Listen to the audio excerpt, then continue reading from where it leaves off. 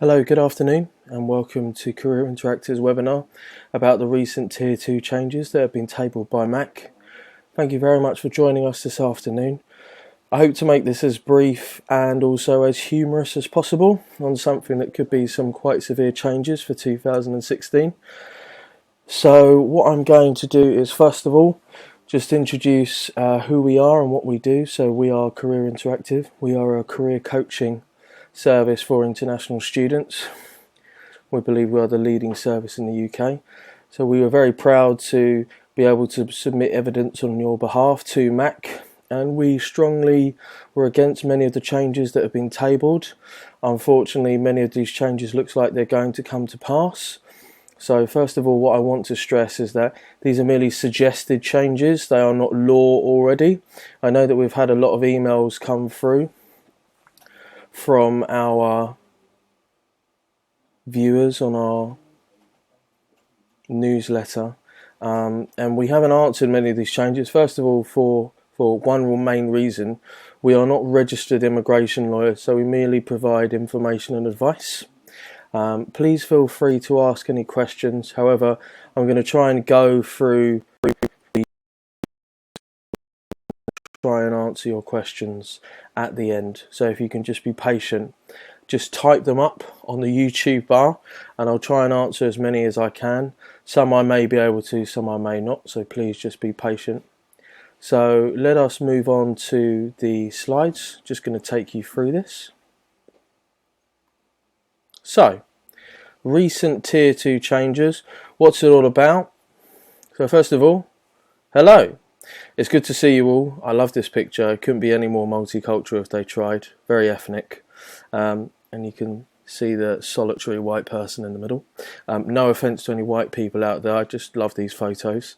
So thank you very much for joining us. We've been around for 7 years. We've spoken to 35,000 international students. And it brings me great pleasure every time that we have these changes to really be at the forefront of information, bringing this to you. As is often said, whenever we do talks at various universities, many of you, your university will not have informed you about these changes. So you're very welcome here. So, first of all, who is MAC? I hope you enjoy this cartoon as much as myself. That's Theresa May. There's a piece of dead toast.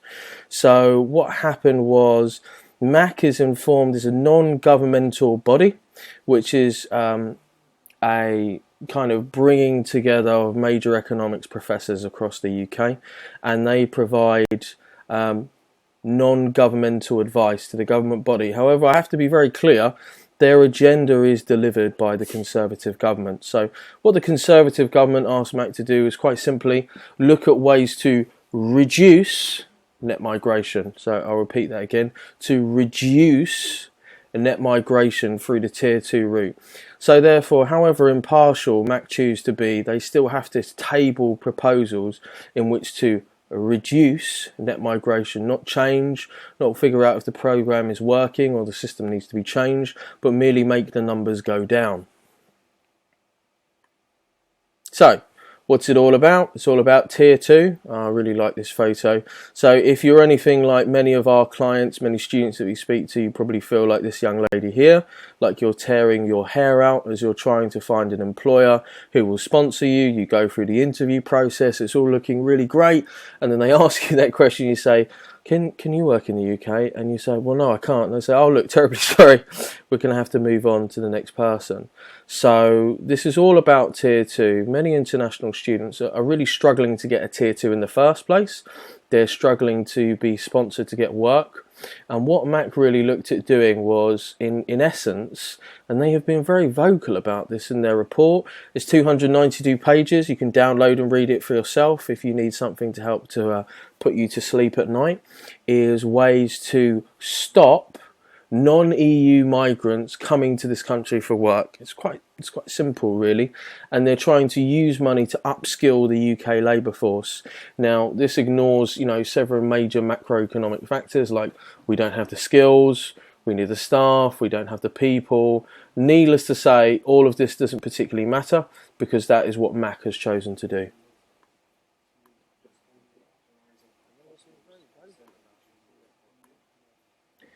So There have been lots of changes which have been tabled. So some of these changes are likely to make your eyes water. Unfortunately, there's not really any good news. There is what is for me maybe one piece of good news, but there is lots of news that is you can be interpreted in lots of different ways. So, why is this happening? Well, quite simply, David Cameron and the Conservatives, who as we all know are international students' best friends, turned around and said that he wanted to revert net migration numbers back to pre-1995 levels. Back then it was 44,000. However, that is almost impossible. In fact, if you were to strip out all of the migration from the Tier 2 visa route, it will only take net migration down to about 250,000. The majority of migration is EU driven. So I'll repeat that. The majority of migration is EU driven. So in fact, non-EU makes up a very small proportion of that, approximately 67,000. Having said that, we are a member, the UK is an EU member state. So therefore, we have no choice but to let people migrate from the EU. But what we can choose to do is not let people migrate from outside of the EU. So that's why if you feel that a lot of the policies seem to be aimed at international students, international workers outside the EU, that is the reason. And basically because net migration is high, is low, is middling. As far as the Conservatives are concerned, it's high. It's 336,000. As far as historical data goes, pretty standard, to be honest.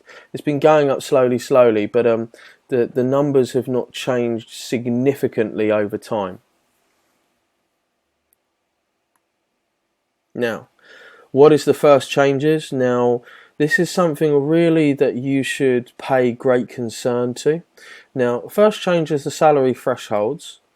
The minimum salary needed for a Tier 2 general is £20,800. This is now tabled to be changed. Now for Tier 4 switching to Tier 2 graduates, this will now be raised to £23,000. For professional hires, if you're wondering who professional hires are, this is 3+ years of working experience or 3 years off your last degree, whether that be master's or a graduate. Now you need a starting salary of £30,000 per year. Now the £7,000 is a reflective measure to somewhat combat the problems that we saw in our cost numbers in June, July, August, all the way up until November last year. And what that means is, as a graduate earning £23,000, Mac has proposed that an additional £7,000 for the purposes of applying for a restricted certificate of sponsorship will be added onto your salary, thus allowing you to compete with professional hires when applying for a restricted certificate of sponsorship. What does this mean? It means you won't be left last when trying to get an RCOS, basically. Again, these are table changes. These changes are not law. They are yet to be interpreted by the Home Office. Now the second change relates to Tier 2 General. This is quite an interesting change, and it seems to be a change of pace and is certainly closing an avenue that we have pushed many of our clients towards and we've seen many other people going to. Now for those of you who are unfamiliar between the difference between restricted costs and an unrestricted cost, all you need to do is just simply search in YouTube Tier 2 changes, and I will have covered that in a previous video. Now for those of you who are familiar, those who apply outside of the UK have to adhere to an annual limit. This limit is 20,700 COSs, certificates of sponsorship. Those who apply in country have no limit. This is unrestricted, thus that's inherent in the name. Now, Mac has picked up on this and has reflected in their reports to say, why is this? There seems to be no reason, and admittedly there is no reason. And the other thing that they have said is, again, those who come out of country must adhere to the dreaded residential labour market test, whereas those who apply in country do not. Now, I want to clear this up because we've had quite a few emails about this confusion, so I want to explain the resident labour market test. The reason why it was brought into effect was to make sure that you are not stealing someone else's job. So you're not stealing some British person's job, basically.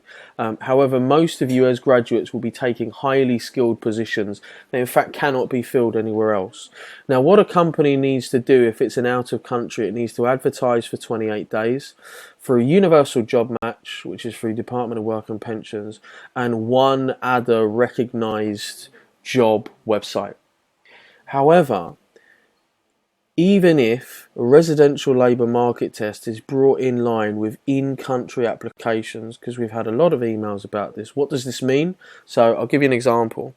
For large employers, this is different actually, and it actually isn't going to make a massive amount of difference to you guys, because Britain still wants to maintain its stance of hire the best and the brightest.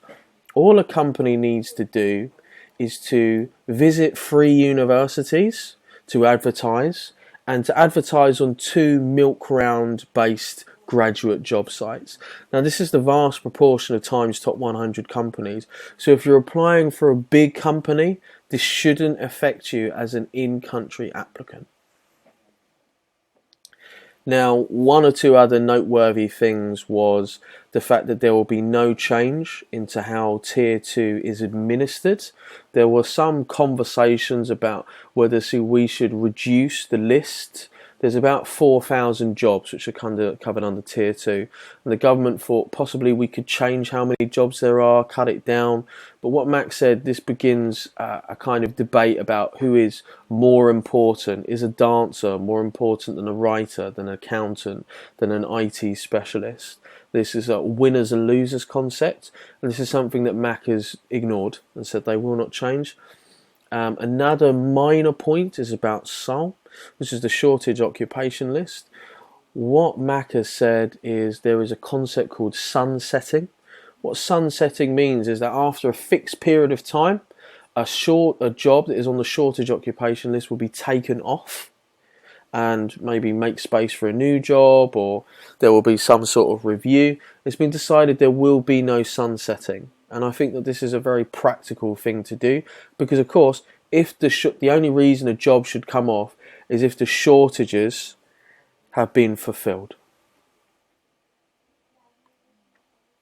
Now, this is quite a hot topic of debate. It's appeared quite a lot in the news. If you've read any of the lead-out news stories which have been coming out over the past couple of days, a lot of them have led about the immigration skills charge. They've talked about big business charge to take on migrants. Migrants cost more money. The Home Office is taxing employers to take on migrants. This will severely impede skills shortages.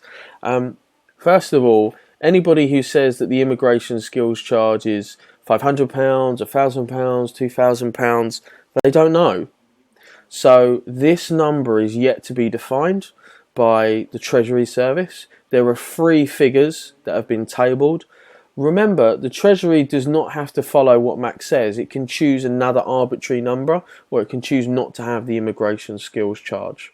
Now, the premise of the immigration skills charge is exactly that employers must seriously consider whether they need to hire a migrant or whether they can train somebody in-house. Now, what Mac is trying to encourage is UK business to upskill its own labour force. So why do we bring in a migrant? We bring in a migrant from another country because I do not have the skills within my company to be able to carry out a particular role or job. However, if it was more expensive for me to hire this migrant, maybe I, as a company, would decide to train somebody in my labour force. So maybe I hire somebody who's very young and I train them up. So again, it is another barrier. Bear in mind the general context. Mac has been tabled to reduce net migration through the Tier 2 route. Now, immigration skills charge will be charged per year of visa. So, £1,000 for a 3-year visa means an employer has to pay £3,000 up front. That's a lot of money when you think about a cost is £250, NHS surcharge is £600. If you want to do a Tier 2 Premier appointment, that's £1,051, and then that's another £1,500 to £6,000. It's an expensive process. Again, this is not law, this has merely been tabled. Now, the one small bright spot in what has been, to be honest, quite a dark report, which we expected but we hoped wouldn't be as dark as it was about tier 2 dependents. Now, this was really strongly in a number of meetings that we went to, where there was a lot of high-level employers, government officials, people from the CBI, so on and so forth. This was really strongly defended. And what it means is, currently, if you are on a Tier 2 visa, you have the right to bring a dependent. Now, dependent, this is all to do with spouse visas and dependent-type visas. Your dependent also has the right to work. They don't have to prove it. They just have the right to work by proxy. Now, on average, for every 10 migrants, they will bring 7 dependents. So essentially, you increase the number of migrants by 70%. The government asked whether that was necessary. Max said it was, because quite simply, I'm not sure about yourself, but if my partner was not allowed to be here when I had a job, I wouldn't want to come. And I think that was fairly reflected in the report, that it would be severely damaging to anybody who is looking to come from another country. Quite simply, why would I want to leave my family behind? Now, the final changes may not be so relevant to you. I'm going to explain this one very quickly. Intra-company transfer is quite simply, I work in a company abroad and I wish to work in the same company's office in the UK. I can transfer using what's called a Tier 2 ICT, where I transfer intra-company to the UK. Now, in ICTs actually make up the majority of Tier 2s. Somewhere in the region of about 60%. So there was a lot of scrutiny. There's a few changes that have come through, which is the certificate of sponsorship must be more specific. Before a person comes here, then they must have had 24 months experience rather than 12. Tier 2 ICTs now have to pay the NHS surcharge, and there was a big huzzah about third-party contractors. The majority of Tier 2 ICTs come from India. The majority of those are in IT, just for some clarification. There was a lot of third-party contracting where third parties will then broker between, say, a tech company in India and a company in the UK. And there was some distortion about what was happening. Now these salaries have been raised. So what's happening is they're tabled to start this as a new type of Tier 2 ICT with a minimum salary of £41,500. So not so relevant for you guys, but just to give you an idea about all of the changes. I realise that's a lot of stuff to go through. So I'm just going to talk to you very quickly about this. Now, this wonderful high definition picture is of the beautiful windmills in the Netherlands. Now, if you're thinking, right, what do? I don't really want to be in this country. My visa is coming to an end. There is lots of uncertainty. Well, we are sending some of our clients to Holland. Holland has a CIUK visa, which is like post-study work visa here in this country, which has a 70% success rate of finding a job. Don't take our word from it. That's what the Dutch government has said in their survey. CIUK gives you the ability to look for work in Holland, to work in Holland for that year, and also there is the potential that there will be less restrictions in place Currently, it's only restricted to World Times Top 200 universities. That's a lot of universities, guys, if you're interested in this. But it has a lot of big names out there: Google, IBM, Cisco, Red Hat, Uber, Nike, and so on and so forth. Philips, Siemens, Microsoft, the list goes on and on. These are companies which has their head office in Holland, and they are screaming out for highly skilled migrants like yourself. They are relaxing their immigration policies, and they really want you guys. If that's something that you're interested in, we can make that happen for you. So please, you can send through an email to hr@careerinteractive.org with your CV and simply put in the header Holland. Okay?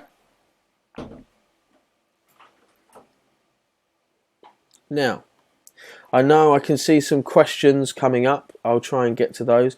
Now, quite simply, I just want to give you a quick summary. What now? So, what has changed? Salary thresholds, RCOS and unrestricted certificate of sponsorship, residential labour market test, immigration skills charge, and tier 2 intra-company transfer. Very important, red, bold, underline. This is not currently law, okay? This is merely the advice of a non-governmental, non-departmental body. If you're there like this going, what can I do? So, apply for jobs now. I cannot stress this enough. Do not wait for changes to happen to see what you should do and sit on the fence. Because if you do, it'll be too late. There are lots of jobs that are open now. We help our clients week in, week out find top jobs. Again, if you're not sure what jobs to go for, not sure what to do, you can send us through an email to hr@careerinteractive.org with the header job. Just send through your CV. Stick to higher education courses. So this is HEI's higher education institution. A master's is your best bet, okay? Because don't forget the changes that have happened with private college visas, okay? If you want to know more information and you want to be ahead of the curve, then please subscribe to CIUK. You can come and visit us at careerinteractive.org. We send newsletters out every week, week in, week out, jobs reports, visa news, whatever. If you're an international student and you want to know that's going on, come and subscribe to CIUK because you will hear it here first. Finally, when do the changes occur? I've heard this question a lot. When is it going to happen? It could happen as soon as spring, that's April, more likely in autumn, so the October immigration bill revision.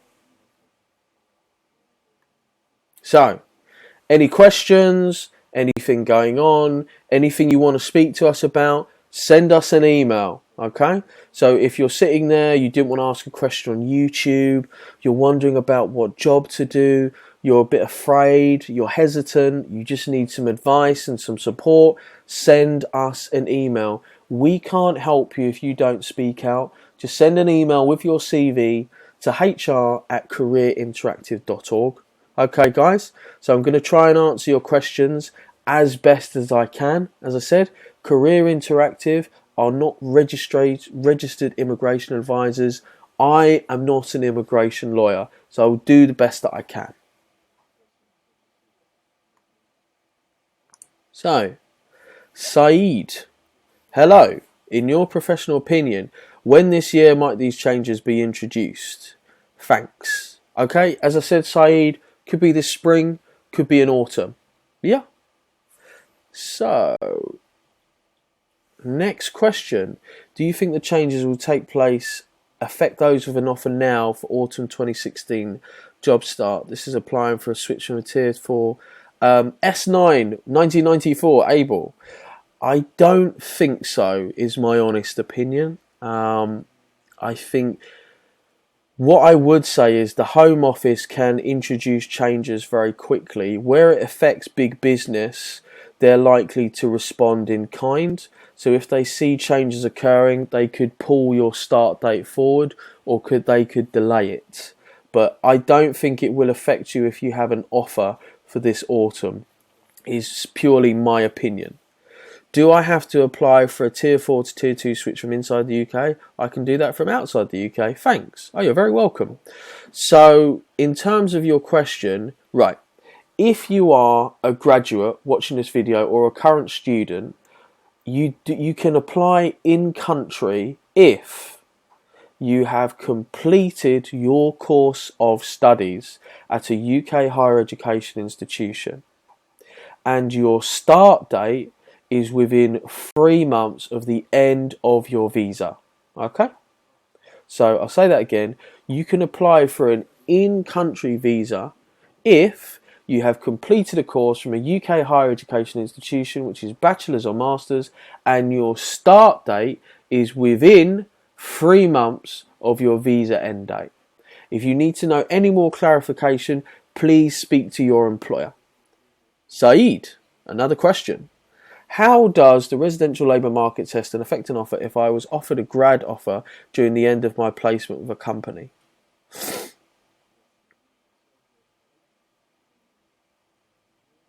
And residential labour market test wasn't fully satisfied with the role. Now that's quite a complicated question.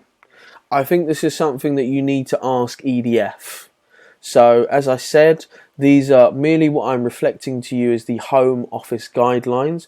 What I would say is the minimum required time for advertising is 28 days through Universal Job Match and one other prescribed graduate website. These tend to be much bigger than immediately EDF's website. So this will be Indeed, Monster Jobs, CV Library. So I don't think EDF is going to count, to be honest, Saeed. Please clarify that with them. Alan, I'm not sure what you mean by will employers take applications without... I think I understand. Will employers take application without your bachelor's/master's results? Right, okay.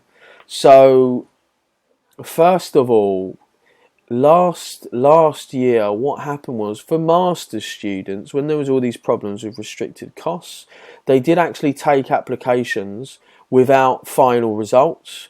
All the university had to say was that you had passed your masters. Now, for bachelors, that's a little bit more complicated because theoretically, unless you've done scorchingly well for the first 2 years, it's very unlikely you'll be guaranteed a 2-1. But you need to speak to your university if you get an offer. Alan, don't worry that you missed the start of the talk, so you can fiddle about with the YouTube buttons and go back to the start. Also, this webinar we are going to leave public as well, so other people are going to be able to watch it, including your good self. Now, does anybody else have any questions? Otherwise, I'm going to wrap it up there.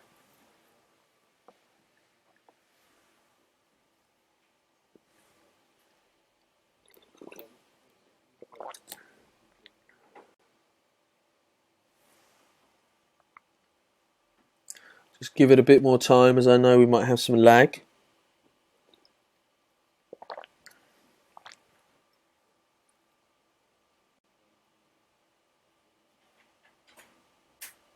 Okay. Shui, can I apply for a Tier 4 transfer to Tier 2 if I'm currently a student at the university and have luckily found a job? Right. Now, one thing that I have to make very clear is, yes, theoretically, without knowing more information, you should be able to. However, your employer and your university should be able to provide you with this advice. It does astonish me many times how employers do not know how to do this. Now, they should deal with, if they're relatively small, that they should have an immigration lawyer who deals with your case. But again, this is a question for you to take to them. I cannot comment on individual immigration cases, I'm afraid. So, thank you so much, guys, for coming to join me. It's been an absolute pleasure. We will be appearing again sometime soon. As I said, if you want to know any more information about us, send an email to hr@careerinteractive.org, or you come and visit our website for many more handy reports. So, Alan, we've got a Tier 4 report there for you, which is careerinteractive.org. I wish you a lovely weekend and every luck in your job hunting in the future. Thank you.